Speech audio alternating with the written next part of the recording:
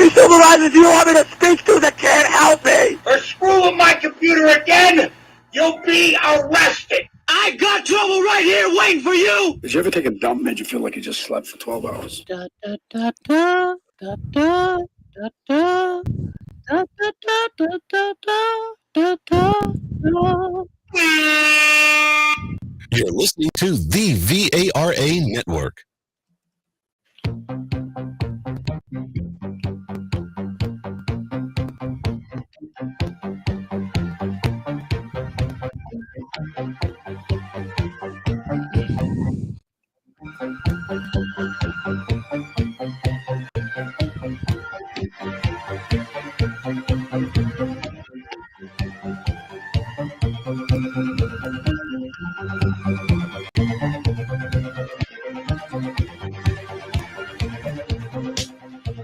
And good morning, good evening, wherever you may be around the nation, around the world.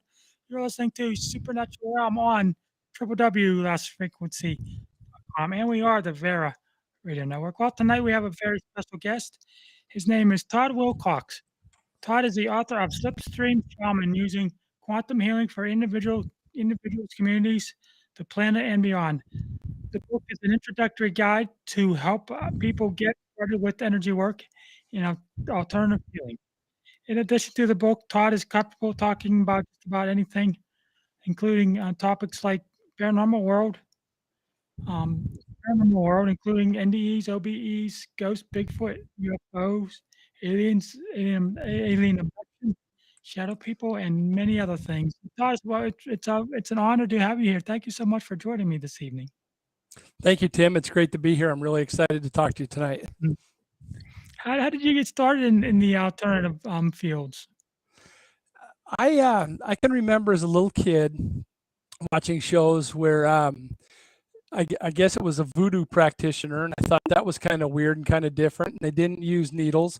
They weren't giving anybody a shot, and I hated getting shots at the doctor. So I thought that was nice. And then you see, I was a little kid when Star Trek came out, and they were fixing things without the needles and different things. So I got thinking about what could you do, and even in some of the science fiction shows where people were healing other people with their mind and thoughts, and it got me thinking, how else can we do this? Is there another way to do it, or can we complement what's going on?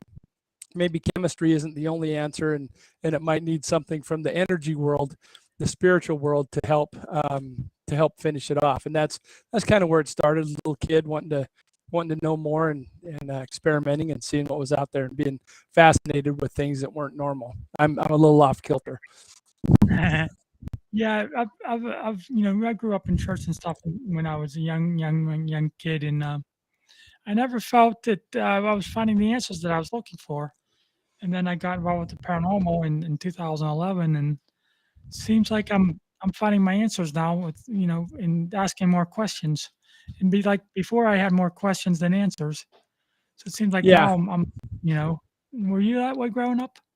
For sure. And I always felt like there was more.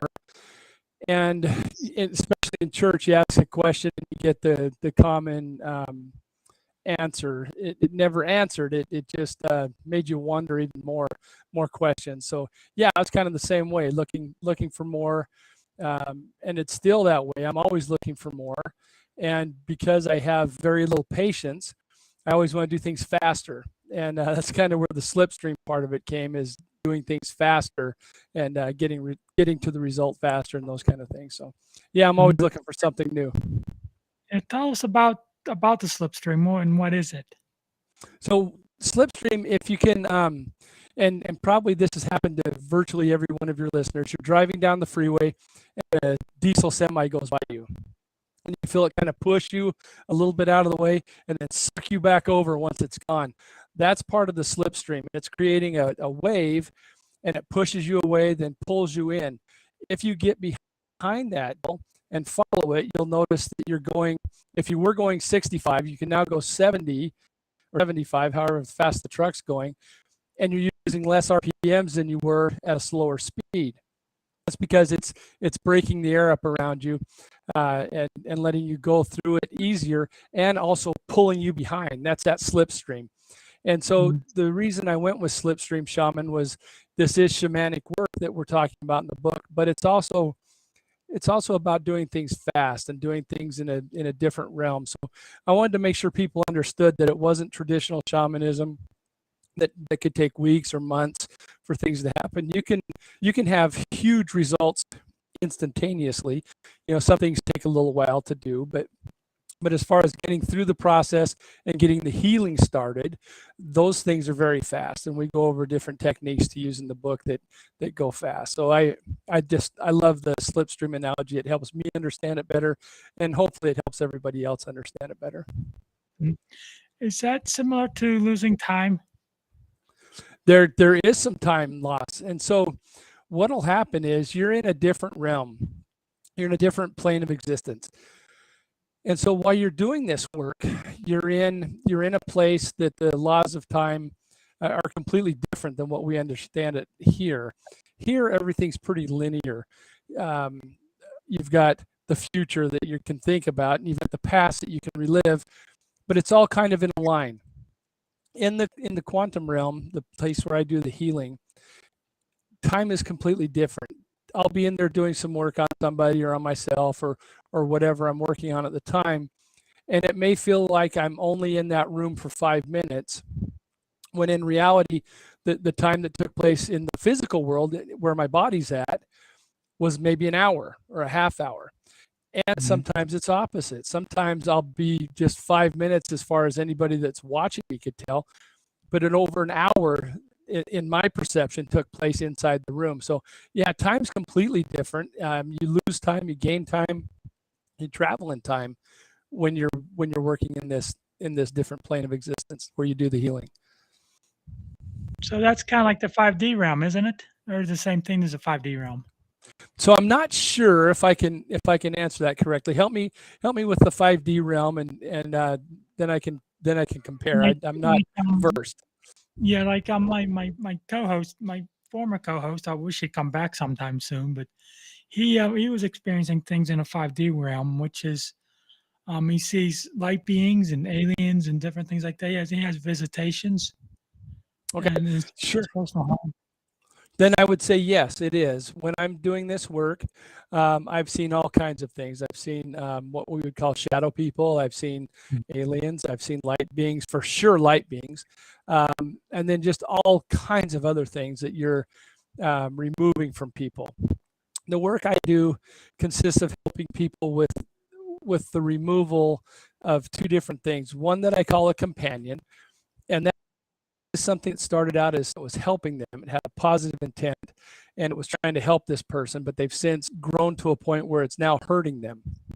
An example of that would be a young boy getting yelled at by his father, and he goes internal and tries to block out the world, gets real quiet so the dad will quit screaming at him. That works great in that situation as a 3-year-old, a 4-year-old. But when he gets to school, that same behavior, that same response to people getting after them doesn't always work. By the time he's in high school, it's a very bad thing. And in college and in work, if you just go internal every time somebody's upset, you're not going to get much done. You're going to be kind of an outcast. So something that started as something positive that was helping him has turned into something that is not good anymore. And it needs to be released so it can go back and do something good for somebody else. I call that a companion. The other thing we run into are parasites. And these are things that attach to people and just suck energy and cause trouble. And so we're looking to take care of two different things when we're doing this healing. So you run into the parasites, the companions, aliens, energy beings, all kinds of unique things. Could somebody run into somebody, maybe a relative or a friend who's toxic and kind of gives them negative energy and cause maybe health problems to occur? Is that possible? Yeah. So and again, that would kind of fall into the parasite side of it. And what we would do on something like that is, the way I work it is I find where the attachment is, and we separate the attachment, heal the place that the attachment took place. There's an energy attachment going between the two people where that other person is sucking energy out of them. And so we find where that's at, separate them, and then heal that wound and help them create a barrier, a shield, so that it doesn't happen again. But yeah, that's a common thing with people that just can really suck the energy out of you. Very toxic. For somebody that's had multiple mental, and physical health problems, could that be tied to maybe a past life, or do you think there's something that's negative maybe attached to that person, or maybe a toxic person been in their life, or maybe a former toxic person that could have caused some of that negative health issues that come on? I believe so. I definitely believe so. With the way I look at past lives is almost more of, instead of not necessarily a past life, but a current different life. The way I envision it is that there's a bigger part of ourselves kind of controlling things. I'm doing this life, something very similar to me that's still a part of me is doing another life, and then there's another one. There's maybe 20 of us doing different lives in different Earth times, or even in different alien times, but it's all tied together to this one bigger spirit that we're a part of. And I kind of see that happening at once. But yes, damage that happens in past lives can definitely follow you. We'll call it past lives just because we're used to talking that way. Can definitely follow you to other lives and be a problem. So, and what we find is you fix it in one, it fixes it in all. And you can feel that moving up the timeline. And one of the things we talk about is 7 generational healings. And that would include past lives, as well as healing parents and siblings and that, and not just your blood relatives, but your energy relatives, your soul group relatives, your close friends. All those people are part of your 7 generational healing. When you heal something in any of those lives, it affects all of that. Because back in August of last year, I started having multiple health problems. I had a blowout with my colon. I have what's called a toxic megacolon, and that started back in last August, the 18th of August. I was admitted to the hospital.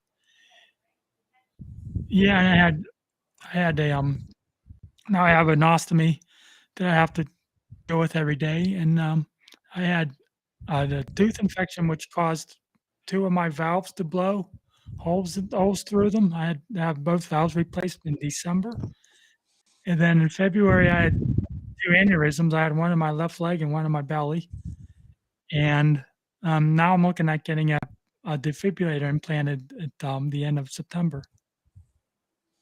So I'm wondering if that was, something tied to a past life, or something, maybe toxic person in my current life. I don't know. A number of curses. I don't know, what started that. So what I would love to do, Tim, is if you would be open to it, I would love to do a healing session on you, see what I find, Okay. take some notes, and then maybe come back on another show and talk about what we found, if you're comfortable sharing all that. Sure. I think that would be fun. I think it would be enlightening. It'd give people a good idea of the kind of work I do. And so I'd be happy to do that. And Sure. just to kind of give you an idea of what some of the things that I've helped with, I have a friend named Ron. He's in the book, the Slipstream Shaman book. And it's been close to 4 years now. 4 years ago, the doctor thought he had about 6 weeks, and his heart was failing. It was down to 13% Wow. efficiency. And I was doing the sessions with him, and I did about 3 of them, and it was helping. He wasn't getting stronger, but he wasn't getting worse. And Correct. we were finding all kinds of things, removing these parasites, giving him energy, filling him with love, these kind of things. And then on the 4th time I was working with him, I found what looked like a cable going into his back that was sucking energy from his heart. When I separated that and started to look at where it was coming, my quantum room is just this misty room where I do the work. Other people have when they develop their quantum rooms. It might be a pond, it might be the inside of a car, it might be just floating in space or in a wonderful place in the woods. Everybody's is different. Mine's just this gray mist. When I unhooked that cable that came from Ron, there was a window opened up in the quantum room, and this alien was staring at me. I'm pretty sure it was an alien, and it was a big triangle-headed shaped alien.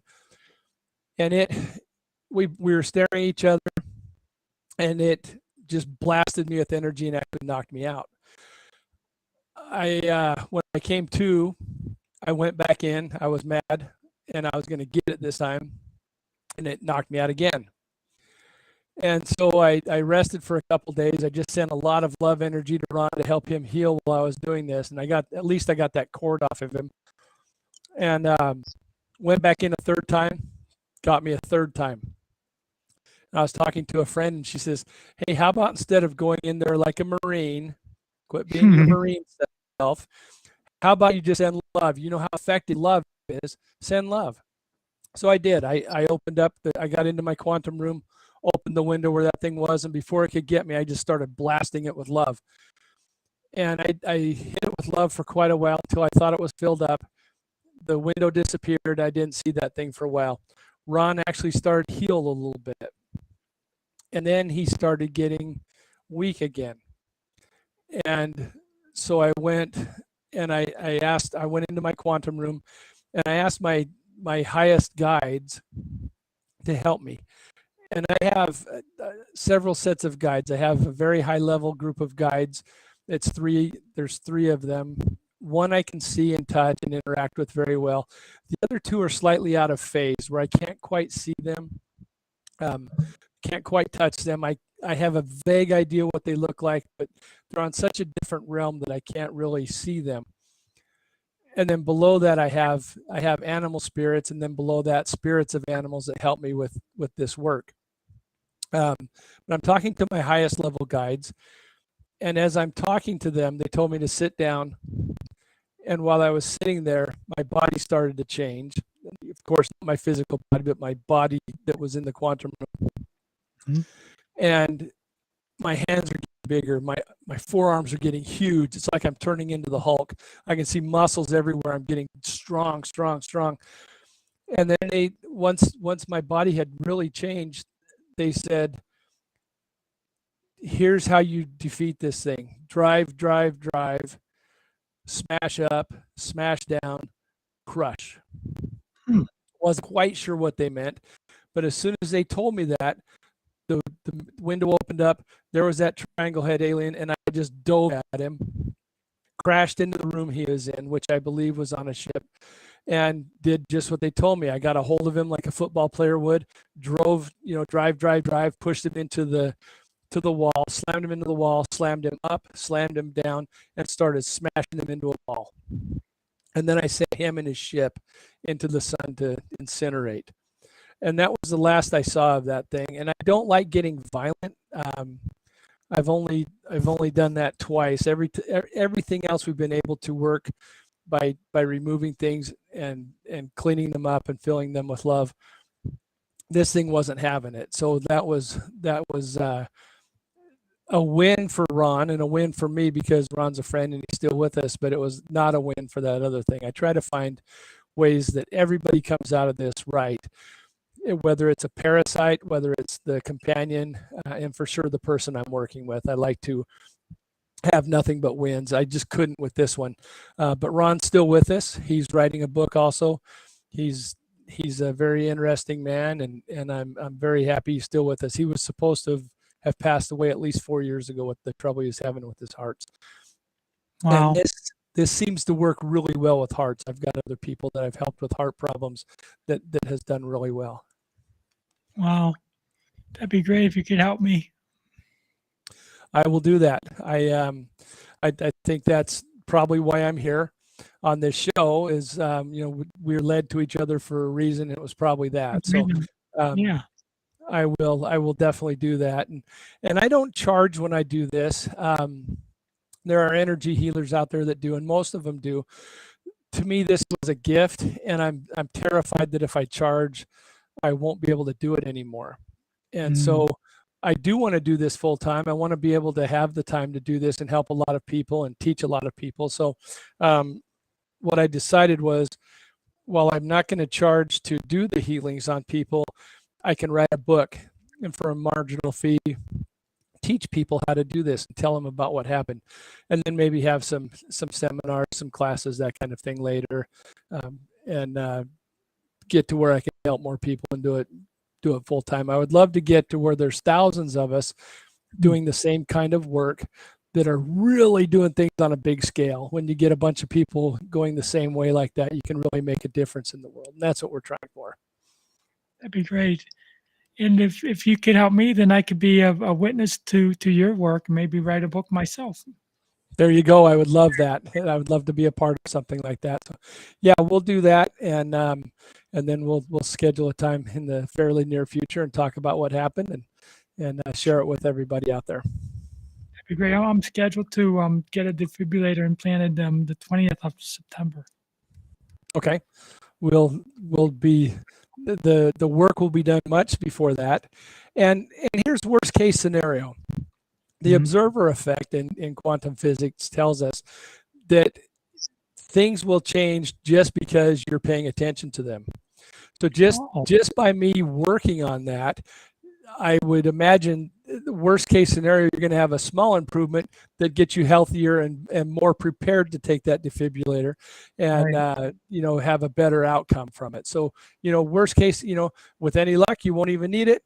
With things that just barely improve, you'll be in much better shape to take it and be ready for it. So one way or another, things will improve. I can tell you that. I can promise you that. Oh, that'd be so great. And like you said, people come into our lives for a reason. And I think there was a reason why you're on the show tonight. And maybe that's to help me.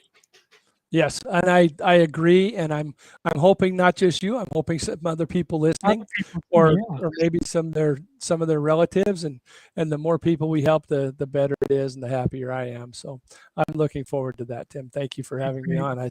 This is great. Thank you for coming on. Yeah. So go ahead. Go ahead.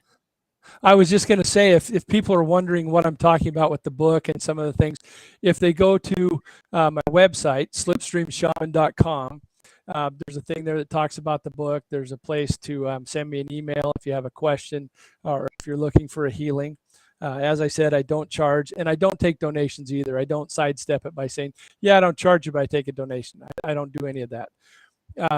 Check out the site. See what you think. If you'd like to order the book, order it. If you just have a question for me or need a healing, be sure to do an email. And there's a link. There's a link for the book and for the emails. Is it common for people to have out of body or near death experiences? I think there's a lot of people that do, and I don't know what the difference is.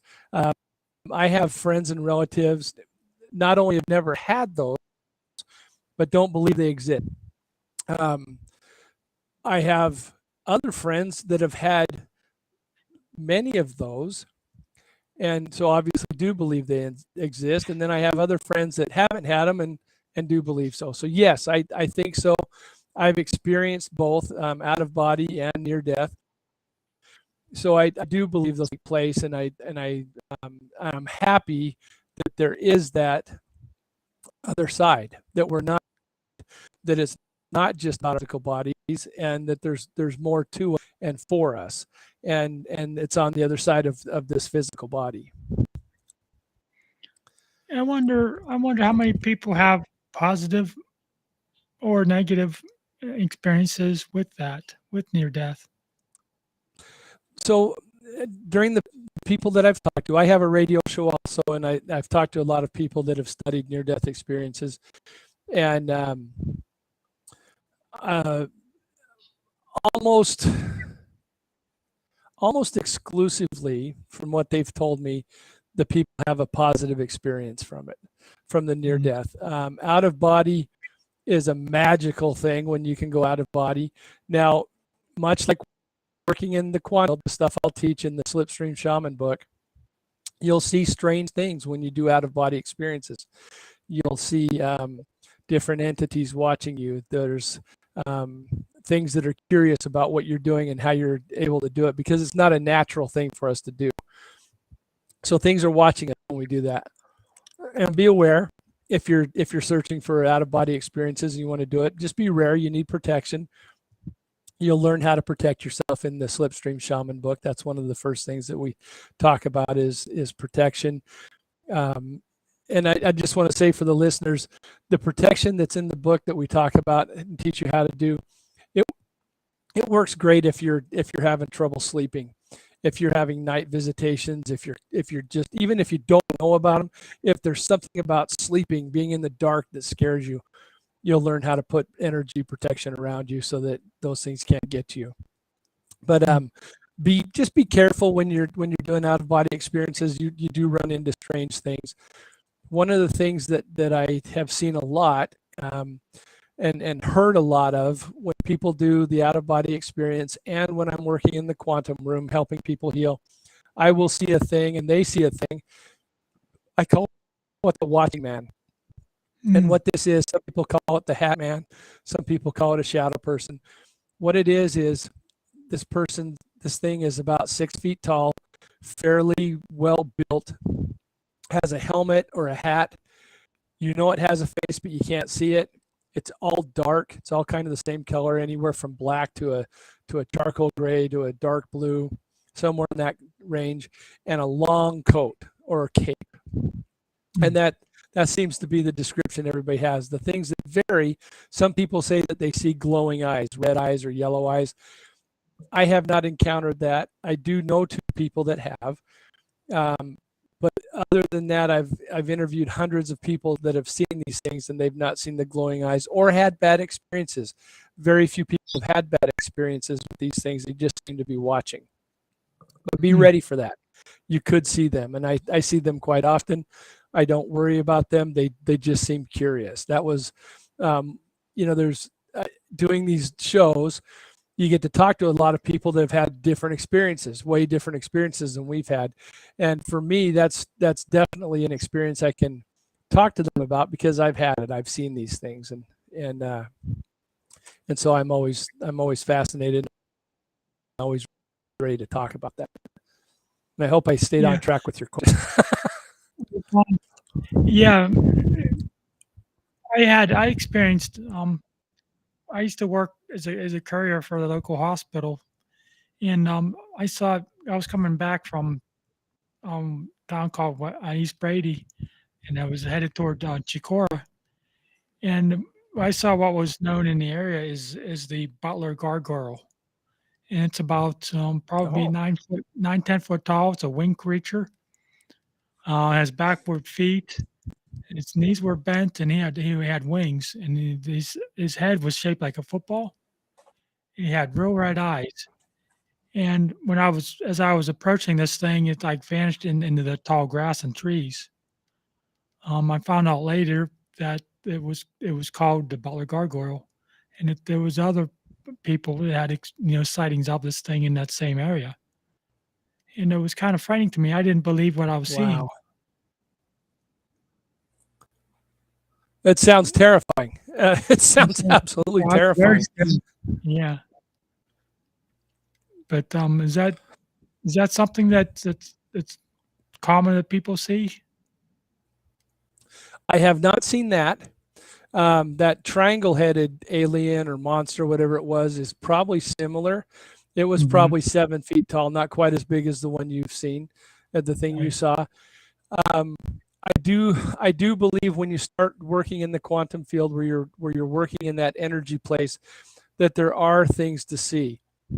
I was on a paranormal investigation one time, and one of the guys on the crew, this was before I started doing this type of thing, this type of energy work, but one of the guys on the team did energy work, and he said we were in a very remote graveyard.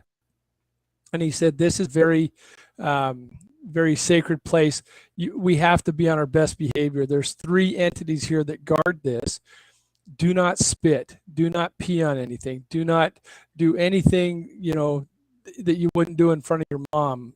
You have to be on your best behavior, because they will not be happy if they see you doing this. And I asked him, so what do they look like? What do they appear to be? And he described them as something about 8 feet tall. All of them were about 8 feet tall, very heavily built humanoids, but they were a little bit on the green side. So they may have been an alien, may have been something else. But one of the interesting things is, during that time when I'm asking him about that, and he's saying you have to be on your best behavior, this is being protected by these things, they started talking, and we picked up an EVP from them, an electronic voice phenomenon. And when I listened to it, it said, "Who brought us this?" But it also sounded strange. So I reversed it to see if it said something different in reverse. And it said, "Brought his message." And so that was a pretty fun time. We had an EVP that you could flip and get 2 different things from. And it was talking in what sounded like part of our conversation. Wow. Yeah, it was a good time. It was, and I think that was even the night we saw a UFO. So it was quite a night. Wow. Do these things slip in and out of our time space, our local space time? I believe so, and they're better at it than we are. So when I'm doing the healing work and I go to my quantum room, I'm in a place where energy and spirit can interact and help people. And I think these things live in that space, and they're able to come through to our space. I don't think they can stay here long. They don't seem to be able to stay in our space long, but I think they can come here. And I think there's something, when you look at the gargoyle or Bigfoot, different things like that come and go, they just disappear. I think they're moving to different planes, different dimensions, and that's how they're moving around. And so we see them, we follow tracks that just disappear. Things like that, and that's the energy. They're able to use their energy to come back and forth between planes of existence. Wow. Is there anything else you'd like to cover, like to talk about? Yeah, I would also like to let people know that if you go to Instagram, I'm just getting started on that. I would love to have, I don't know if you call them friends or connections or what on Instagram. I'm new to it, but it's how I'm going to get information out. Be talking about things that are in the book, or new things, or when there's another book that's going to be coming out in the next couple months. You'll find everything out there. So please, if you're on Instagram, come hit follow, and I'll follow you back. And we'll be able to keep in touch, and I can let people know what's going on with that. I'd also like to talk, in the book, there's a section on what I call polymedella. And what that is many healings. And so there's different types of polymedella. Something that I noticed recently as I was doing healings with people, as I was working with them, I would notice that they have this cloud over their head. They're this big mess of a cloud. And talking to them later, they said, "Yeah, I've got a lot on my mind. There's a lot going on. I can't quit thinking about things." And we would work on that with each one. And then I thought, what if I did a polymedella and did a many healings and send it out to just whoever needed it? And I did that. And it stopped being an issue for a while. I'm starting to see it again, so I should probably do it again. But it stopped being a common thread with everybody that I was doing healings on. Things were calmer. Another polymedella that I did was a little over a year ago when everybody was wearing masks still, and everybody was getting mad about wearing masks. And there was protests. You'd have people showing up to businesses to protest being forced to wear a mask. You'd have other groups of people protesting that people didn't want to wear a mask. And so there was 2 sides really getting at it. And I started doing a polymedella to help people heal with that. and I did it probably 5 days in a row. Did a polymedella that I just broadcast out to the entire world. And I'm a retail manager during the day. I support my slipstream shaman habit by being a retail manager, and I knew that I'd gotten word that there was going to be a protest at the store that I manage, and as I was doing these polymedellas, I was concerned because I wasn't sure how I was going to handle a mob. I wasn't sure what to do. 2 days before the date that was scheduled, the government came out and changed the mandate, took a lot of the teeth out of it, let people relax. And it was like somebody popped a balloon. You just felt the energy leave. All that pent up, upset energy left. And so the people that wanted masks were feeling better. The people that didn't want masks were feeling better. I don't know if I caused that. I believe I was part of it. I might have been the pin that did the final pop. I might have been that straw that broke the camel's back. I might have been one of the 10 straws that broke the camel's back. I'm sure I had an effect because the observer effect tells us that you do. But what happens is through the years as I've done these healings, coincidences keep stacking up. And sooner or later, you just have to say, you know what, there's something to it and believe it and have faith in it. I, for years, just thought, well, maybe the heart medicine just started to work. Maybe the stent on the dog's liver just started to work. Maybe this. But the common thread was I worked with these things, did the healing, and they did get better. So what I think was happening was that, yes, the medicine did finally work because the energy block that was keeping it from working was gone. I think something like that was happening where I was working in conjunction with the medical help they were getting. And there was just one part that was keeping it from working, and that was that their energy had a blockage there. And so then we could move on and get them healing. Yeah, I often wonder, since I started getting sick, I often wonder, why me? Why am I going through this? Is it a curse? Is it something tied to a past life or multiple lives? Well, what is the reason why I'm going through this? And sometimes I get, especially in the morning, I get kind of depressed, and I wonder, why this is happening to me. Yes, and that's a common thing to do. You're wondering and you're searching and you're going internal, trying to figure it out, and that's pretty normal and healthy. And and many times it takes us a little while to hear that answer. And what I would encourage you to do is just be open and listen for the answer. If it may come to you that maybe you did do something in a past life that you have to atone for. Maybe you did something in this life that you need to do something about. Maybe the suffering is part of it. It's hard to say. Maybe you volunteered. You wanted to learn what it was like to suffer. And so this is part of your path on this life, is that you needed to learn what suffering was about, or that you wanted to learn what suffering's about. I many times I believe that most of what we do, we requested before we came here. And so there's a reason we have to learn it. And I like the way that you're asking those questions and looking for those answers. And I think you'll find them. It's not always easy to hear them. I looked for my purpose for years and years and years. And it wasn't until I started meditating inside this quantum room, before I started helping other people heal, that I realized that my purpose here was to help. 2 words, to help.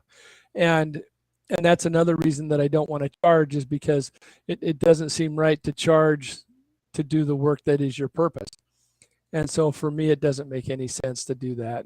And I want to help. I want to help people not be afraid to go to sleep. I want to help people to get over illness like you're having. I want people to live the kind of life that they want to live and get through these learnings that they have to do. Maybe you have to learn what this feels like, and let's make sure that the universe knows you learned and that you're ready to move on and have good stuff, happy stuff to, for the rest of the time here. So that's that's what we're looking at in this book, and teaching people how to use their energy and find their energy, and then go into a different realm and make some changes.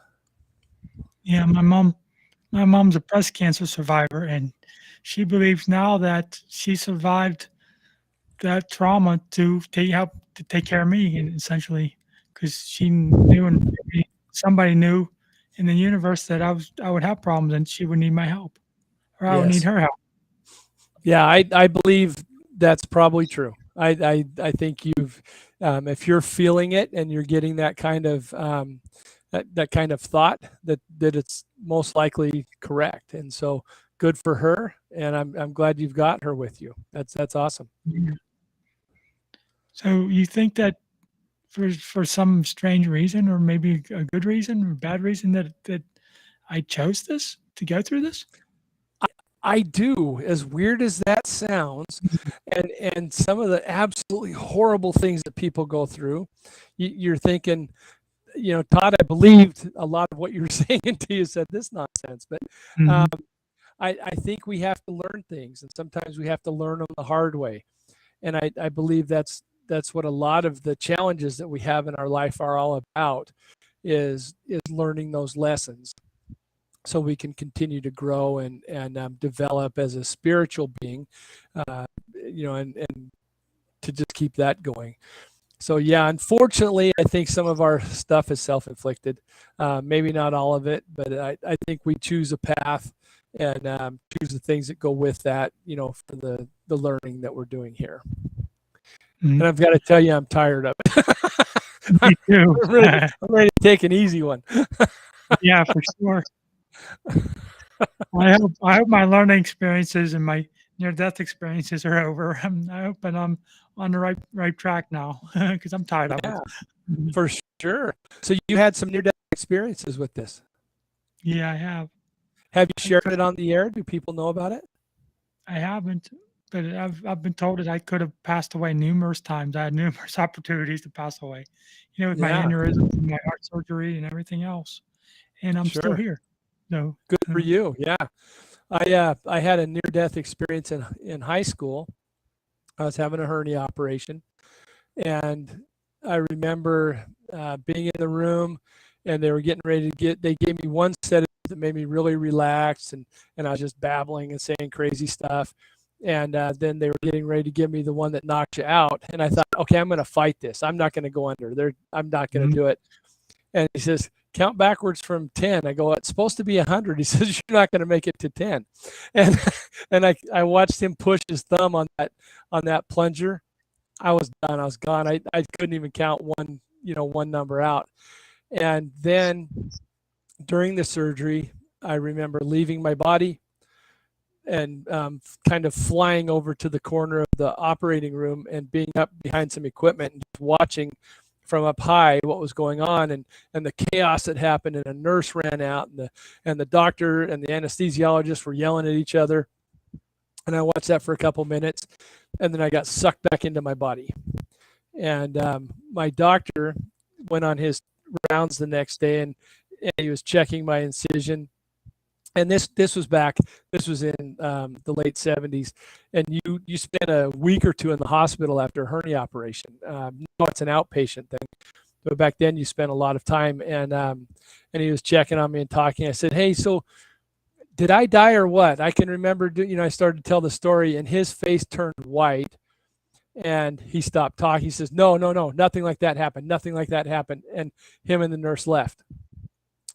That was the only time he checked on me. Another surgeon would come do the rounds and check on me the rest of the week plus that I was in the hospital.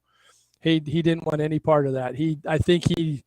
I don't know if he was trying to cover it up, or if he was embarrassed, or if he was scared, or what, but he knew something happened and he didn't want to talk about it. Oh, wow. So yeah, What's that? I've left my body during that, and also during a couple fights, and watched it take place from above. So I know we can leave our bodies. I know that we're spirits.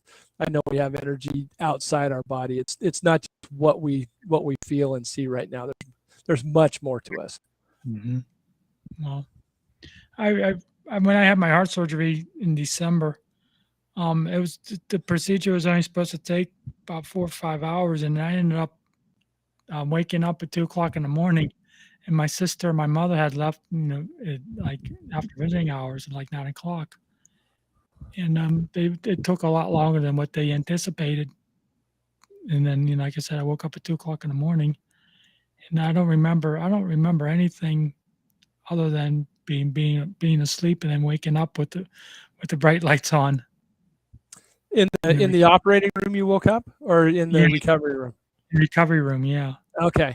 Yeah. And a lot of people do that. You don't always get to remember. And what I can tell you is when I'm doing the work that I do, and I'm doing stuff in the quantum room, I have a very limited time to make notes about what happened. If I wait even 10 minutes after when I'm done with a session to write it down, I'll forget the whole thing. And our brains, our human body, physical brains, aren't designed to comprehend what's going on in the other side. So many times, I think when something like that you experienced, where you woke up later and don't remember anything, when I sleep and don't remember anything, I think it's because I'm in that other realm. I'm visiting that realm that's more energy and spirit, and my human brain can't process what is taking place. And as you were saying that, I kind of felt like maybe that had happened with you, that you were in that other realm, doing whatever. You might have been doing whatever your favorite activity is, or hanging out with friends, or whatever the case in that different plane of existence. And then when you came back, your human brain wasn't able to process it, and so it didn't exist as far as your brain was concerned. Mhm. I think that happens quite often to us. Is it common for people to have near-death experiences and remember them? I've talked to a lot of people that remember them, and the neat thing about near-death experiences, most of them have some kind of a learning to them. Mine didn't last long enough for me to go to the light and the different things that people talk about, go through the tunnel. But the people that do, the people that go there and remember it, usually come back with some kind of message to help people. And it might be a message that, don't fear death. It's not the end. You're going to see your loved ones. Don't fear this. You're gonna revisit your dogs, your cats. They're all going to be there for you. Don't worry about it. Or it might be something like, you're worried too much about things on this physical plane. There's much bigger things out there. Take what's going on in your life with a grain of salt. Be comfortable, relax. There's all kinds of messages that they come back with, and much like the polymedella, the many healing, I think it's working the same way. It's one person has that experience, comes back, and by sharing it helps thousands, hundreds, if not thousands, maybe millions of people worry less about things. When I first started my radio show, I desperately wanted to get somebody on who had near-death experiences and that could talk about what they saw. And I had a couple great guests on that talked about what they saw. And the first question I asked them was, tell me about the pets. I was terrified the pets weren't going to be with us, and yeah, the pets are there. The pets are waiting. Your dog's going to be there. Your cat. There's stories about horses and birds, and all the pets that you love will be waiting for you on the other side. So I think those are the reasons that some people get to do the near-death experiences, so they can share that and help people relax and really focus on the right thing. Because once you're not afraid of death, you can really start living, right? Right. As funny as that sounds. I believe that. So, yeah, I think that we do that for a reason, that we come back to help, and it's very similar to the polymedella that I talk about. What you experience when you come close to death, as much as I have over the last year, you're not really afraid to die anymore. It's more comforting. You're not worried about it. You're not scared of it anymore. Yeah, and that's another thing that leads me to believe that you probably did have some experiences outside of your body that you didn't get to to remember on a thought level, but maybe on a DNA spiritual level, whatever you want to call it. You just know, and you get that calm, and you get the, you're not as afraid of it, and so I would bet you had some pretty good interactions that you just haven't been able to remember, that you weren't, or maybe you weren't allowed to remember. That could be. I had a friend that told me, she said, "Tim, you'll be okay." She says, "The reason is you got too much hell to raise." That's for sure. Yeah. We can't leave until all the hell we're supposed to raise has been raised. So, your friend is correct. Good friend. Yeah. Yep. See, what else would you like to talk about? I kind of lost my train of thought there for a minute. Oh, yeah, no problem. So again, I would love to have people reach out to me on Instagram. I'll follow anybody that comes across, and we'll keep you updated. I'm looking at new things. I'm putting together different groups. If you decide that this sounds like something you're interested in, get the book, learn the basics of the healing, and then we'll do some more training and development. And I'm going to have a new book coming out in the next few months that's going to be designed around trauma relief. So, and it would be a nice thing for you. So you get your defibrillator, you start getting strong. Now you can go back in and do trauma relief on all the places that they've operated, all the things that you've been through, and change your perception of what it was like. And then you can really heal. I can tell you, when I first started learning about this process and developing it, I had a hernia. Well, the hernia scar that I told you about that I died during. That scar didn't heal. It was ugly. It was a big swollen mess for 30 years. And it hurt because, your pants would hit it. Your belt was on part of it. It was always hurting. I'd lean against the counter and it would hurt. And it was red. The scar part of it was red. It was just awful.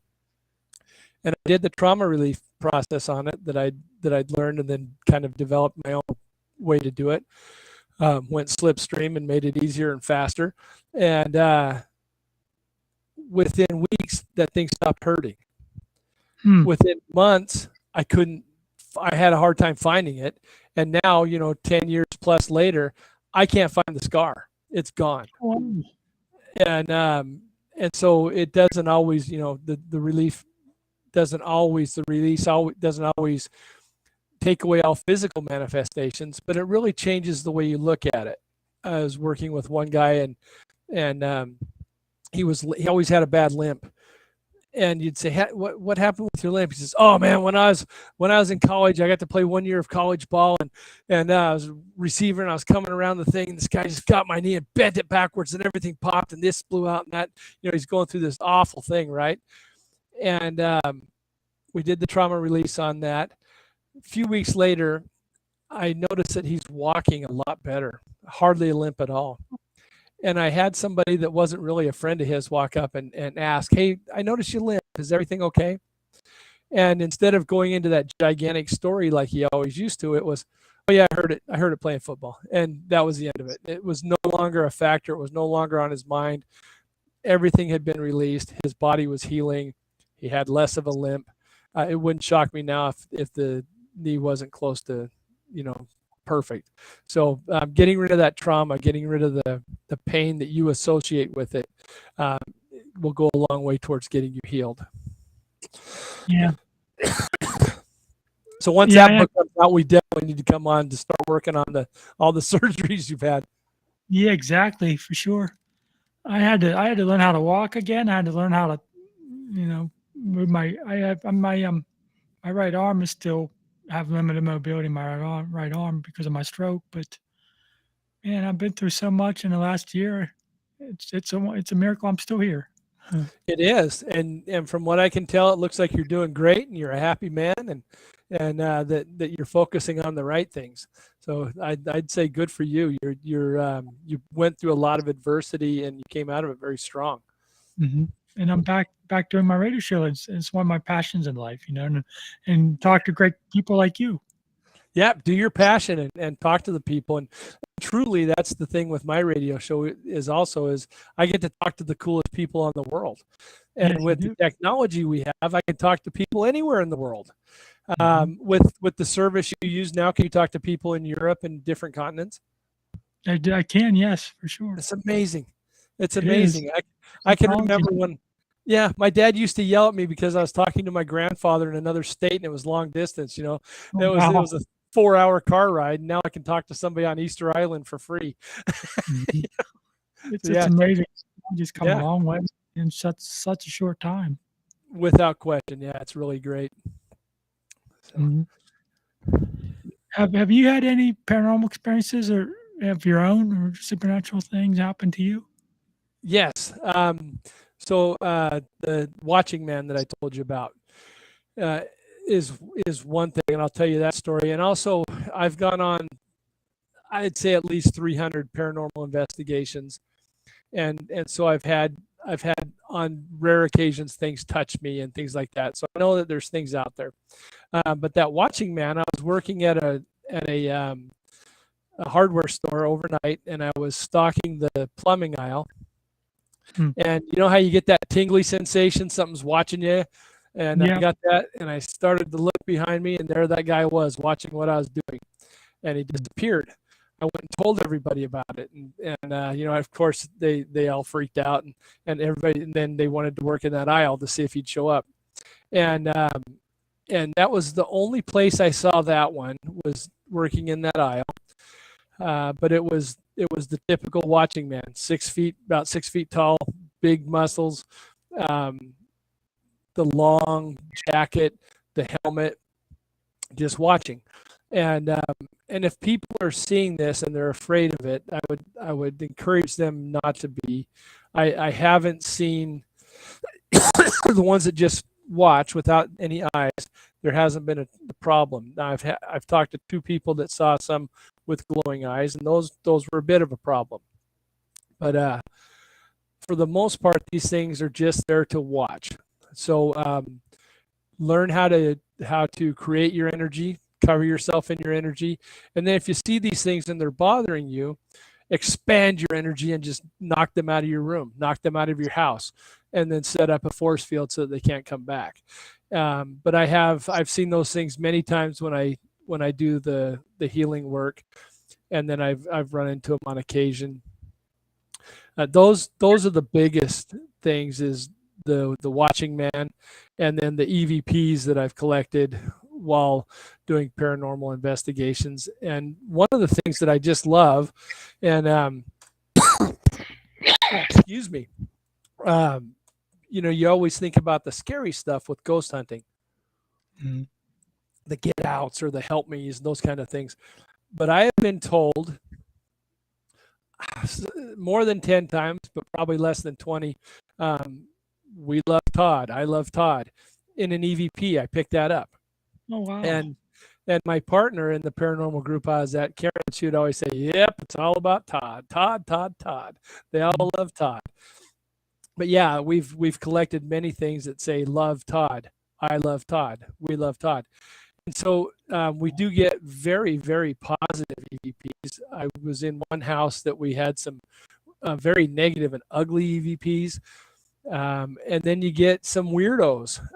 We were doing an investigation, and one of the girls in my group said, "I'm going to go use the restroom." And we get an EVP that says, "I'll be watching." And so we didn't know about that until later. So something was watching her in there. There seems to be something with these ghosts and restrooms. Many of the old buildings that we've done investigations on, they talk about seeing things walking by the restrooms, being in a stall and seeing feet go by, hearing doors open when they're the only people in the building, and the door to the restroom opens. You know, things like that. There seems to be a real connection to the restroom, and I don't know if it's because they actually want to see something, or if it's just a place that they might be messing with us, you know, for fun. It's hard to say why the restrooms stand out as a favorite place to go, but they certainly seem to. Another fun EVP I had was I was on the dance floor at an Elks Lodge, and I get an EVP that asks me to dance in Italian. Oh wow. And yeah, so that's the only EVP I have from another language. I've always wanted different languages, but that's the only non-English EVP I've ever collected. Hmm. We have a old home just north here in Slippery Rock, Pennsylvania. It's like 15 minutes north here. We did an investigation there one time, and we got an EVP clear as day saying Samuel did it. And Oh. Samuel was a Native American, and he had killed a family up there near Wow. that home. And it was funny how we got that when we got that EVP, Samuel did it. And I found out later that he was hung in downtown Butler here, and his shackles are still at the old courthouse in the basement. Oh man. And to get that EVP when that validation saying Samuel did it is pretty amazing. It is. It truly is, and that's a great piece of evidence, and the kind that you never want to lose. You want to make sure you have a backup of that. Mhm. That's a good one. So yeah, good for you. That's impressive. I love it when you can find the tie-in, and that was not something we did a lot of. We were mostly seeing what kind of response we had. Honestly, I was more interested in a conversation than finding those kind of things. But that just amazes me when you can find it and do the research and figure out what it was talking about. That's a huge one. That's big. So really envious and impressed. And we got EVPs of conversations with spirits talking among themselves. It was really amazing, in And the they same didn't way. seem to know you were there. They knew I was there. They said something about they were talking and said it's a man, and then I was like, "Be quiet. There's a man here." Okay. So a question for you, and I've talked to several people about this through the years, is one of the things I've been thinking about is maybe what we're not hearing are ghosts. Maybe sometimes they're ghosts, maybe not. Maybe they're people on a different plane of existence living one of our, other lives, Right. like reincarnation, like past lives, but they're all going at the same time. And we're in a spot where the veil is thin, and we're Right. able to hear them and they're able to hear us. And wouldn't it be interesting if you were on one side with a recorder asking questions and getting that, and they're on the other side with a recorder asking questions, and we each think we're talking to a ghost? Mhm. Yeah. That has always been an interest of mine, and I would love to be able to see if that's true. Mhm. It's amazing. It seems like these spirits or these entities are talking when you're setting up equipment, or when you least expect them to hear something, and they're just talking among themselves. Yes, and I always run my recordings from the second I get there until I basically get in the vehicle to leave, because of that very thing. It's not just when you're asking questions. It's they're curious what you're doing. What's this guy doing? What's his name? You want to dance? All kinds of things. So yeah, I run my recorder the whole time, and I don't play back. I just run it. And then at the end, I listen to it. When I'm somewhere else, I review the whole thing at once. I'm always terrified that I might have missed the best EVP that ever happened that would answer all our questions because I was playing back to hear something make a funny noise. So yeah, I don't do the replay while I'm in the investigation. That's for later. I let when I'm at a location, I let the recorders run the whole time I'm there, and then I play them back when I get home. Yep, I'm on your team. I think that's the way to do it. You seem to get more, and sometimes you get more just let them play and just sitting quiet, and you hear conversations. Or we were at an old theater one time at a university, and there was this, like, the story was there was this construction worker. He fell off the ladder and died. And as we were setting up, I can hear the tripods clicking as we were setting them up, the cameras up. And then I got this male voice saying, "Leave me alone." Oh, The kid that's wanted to be cool. bothered. Yeah. Yeah, and so many people wouldn't have had that, wouldn't have had the recorders going, and would have missed that. And I've never understood why. And I've never understood why on some of these shows, they're talking about the 20 cameras they brought, and they don't set it up in a hot spot. You know, they Right. know that something's always falling down the stairs. Why isn't there 2 or 3 cameras in the stairs to catch that? And and sure enough, things fall while they're there, but they don't have a camera to catch it. They just have the noise. So Right. yeah, people amaze me. Some of the decisions they make. For sure. Sometimes you get, like we said, you get more just sitting in the quiet and just letting the voice recorders record on their own. For sure. You Yep. don't even need to ask questions. They just talk. They know you're recording, and they just talk. Yeah, and they're curious about what you're doing, and they just talk. And yeah, I agree. And many times I just leave a recorder in a room by itself. Nobody's there. I love putting things in the basement or in crawl spaces. I like to put a recorder. I also like putting them in the attic, and I seem to get a lot more EVPs in the attic than I do in basements or crawl spaces, which I didn't. I was expecting the opposite. I thought the basement would be a better place for some reason. But yeah, the ceilings, I mean, the attics have been really good. We did an investigation in a house in Idaho. Are you familiar with the movie Napoleon Dynamite? Not for sure. Not really. It's a weird movie from 20 years ago. Dorky kid. It's one of my favorites. But we were in a house about 3 houses down from one of the houses they used for filming that. And it was, I was exhausted listening to my recorder. I listened to about 1 hour and 7 minutes and had like 140 EVPs. There was a little girl, there was a woman, there was a mean man, there was a dog barking, there was almost everything you could think of. Well over 100 EVPs in just over an hour. I was exhausted. I almost would swear every time I'd hear one, because now I've got to stop and listen to it and write the time and everything. But yeah, we weren't asking questions. We just stuck it in the ceiling and saw what happened. Wow, that's awesome. Todd, we're almost out of time. Is there anything else you'd like to cover and like to talk about?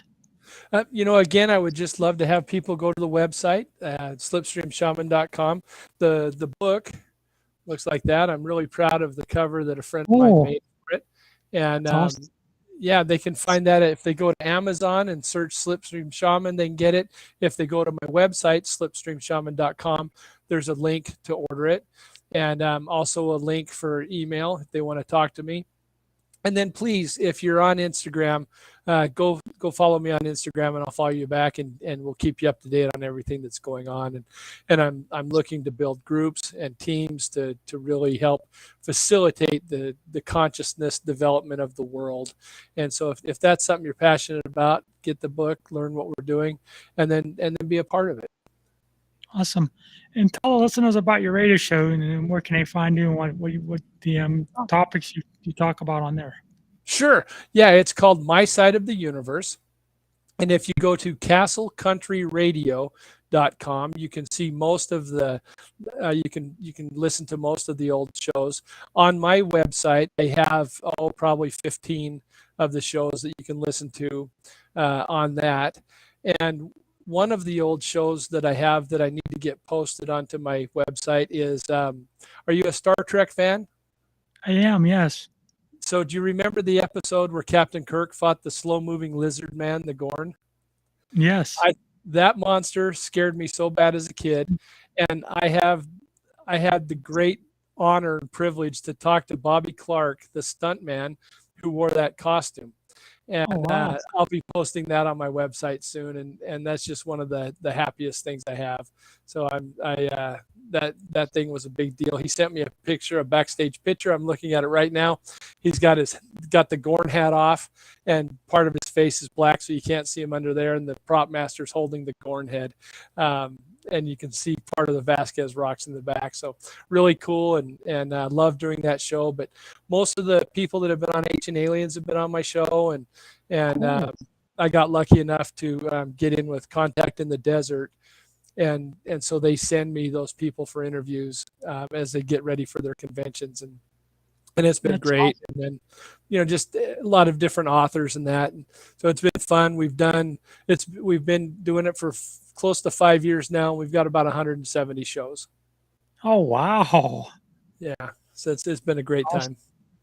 Yeah, I've been doing this show since 2013, and I love every minute of it. I'm so glad I was able to come back and talk to great people like you. Have you ever had Andrew Collins on your show? No, I have not. I'm gonna have to. I'm gonna write his name down. Say his last name? Andrew Collins. He's on Collins. Ancient Aliens. Yeah, he's on Ancient Aliens. And Gregory L. Little, he's a colleague of his. Okay. Yeah, Um, I met Greg Little at a convention. I have not had him on, but yeah, I've had the opportunity to talk to him for a few minutes. Yeah, they're both awesome guys. Greg Little's been on my show probably 4 or 5 times over the last Nice. few years.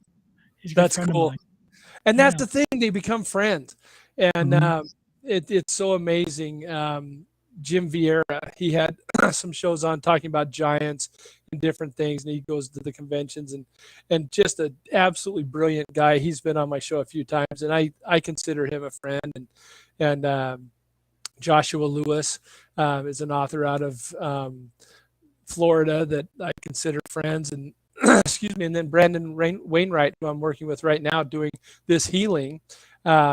We met from doing the show, and he had a new book out. I had a new book out, so we each sent each other the book, and have become friends. And we talk weekly and do team healings for different things. And so yeah, these shows are fantastic. I'm honored to do them, and I know you feel the same way, and you get to talk to just super amazing people. Yes, it's one of my passions doing these shows, and maybe that's one of the reasons why I'm still here to get the word out, to educate people. Yes, sharing is what it's all about. And yeah, I'm happy we found each other, and we'll be doing, for sure one more show, and then as many more as you want after that. I'd love to come back anytime. I would love you to come back, even as a guest host. Oh, that would be fun. I certainly like to talk, so I could I could do that. I would love to have you on as a co-host once in a while. It'd be great. Yeah, it'd be a lot of fun. I've done a couple shows where I co-hosted, and I'm so used to just doing it on my own that it takes a minute to get used to the flow. But it's so rewarding and wonderful because the co-host will take us down a trail that I never thought of, and hopefully I do the same thing. And I really like the way that you don't have a bunch of pre-made questions and we're just talking, and that's really a fun way to do things. That's one of the reasons why I started the shows, to have conversation. It's not like an interview type of thing. It's just a great conversation, like friends getting together at a bar or restaurant and just talking. Yeah, exactly. And that's when the fun starts, and when the great stuff comes out is when you're just having a conversation, and it's organic, and it goes wherever it goes. Yep, that's for sure. It's a lot of fun. It's more fun that way, Absolutely. Much more fun and more entertaining, and more something I would much rather listen to than somebody that's just going down the list of questions. And sometimes, I was just talking to a friend, sometimes the questions don't make any sense for where they're at in the conversation, but they've got the question written down, so they ask it. And Exactly. it just kind of throws everything off. Yeah, my former co-host used to say, "I'm going to ask a weird question, Tim. Now, if you don't have anything at the moment," he says, "I'm going to ask a weird one." I'm like, "Go ahead, Chip. Okay, ask away." Yeah, the weirder the better. That's when it really gets fun. Is if everybody can ask and answer weird questions. That's a good time. And then he used to drink Red Bull, and once he starts, I can't shut him up. And then I get mad at him. He takes over the show then. Very good. They were good times, though. And I would love for you to come back and maybe be a co-host with me once in a while as well sometime. I would be honored. That would be a blast. I would certainly do that. Thank you, Tim. You're welcome, Todd. And how can people get hold of you again? And how can people listen to your show? Yeah, so go to slipstreamshaman.com, and we have links for the book. We have links to email. So if you have a question for me, you can just easily do that. There's a few different interviews like this posted on it, and then there's some of my Side of the Universe interviews, and there's also a link there that will take you to the archived section of castlecountryradio.com. And Todd, when we're done doing the show, I'll send you an email with the MP3 file, and you can share it among your listeners and among your family and friends as well. Perfect. I would love that. That'd be great. Okay, Todd. Thank you so much for coming on. Absolutely. Thank you, Tim. I love being on. Thank you. Thank you so much. Okay, have a great night, and we'll keep in touch. Absolutely. Talk to you later. All right. Thank you so much. All right.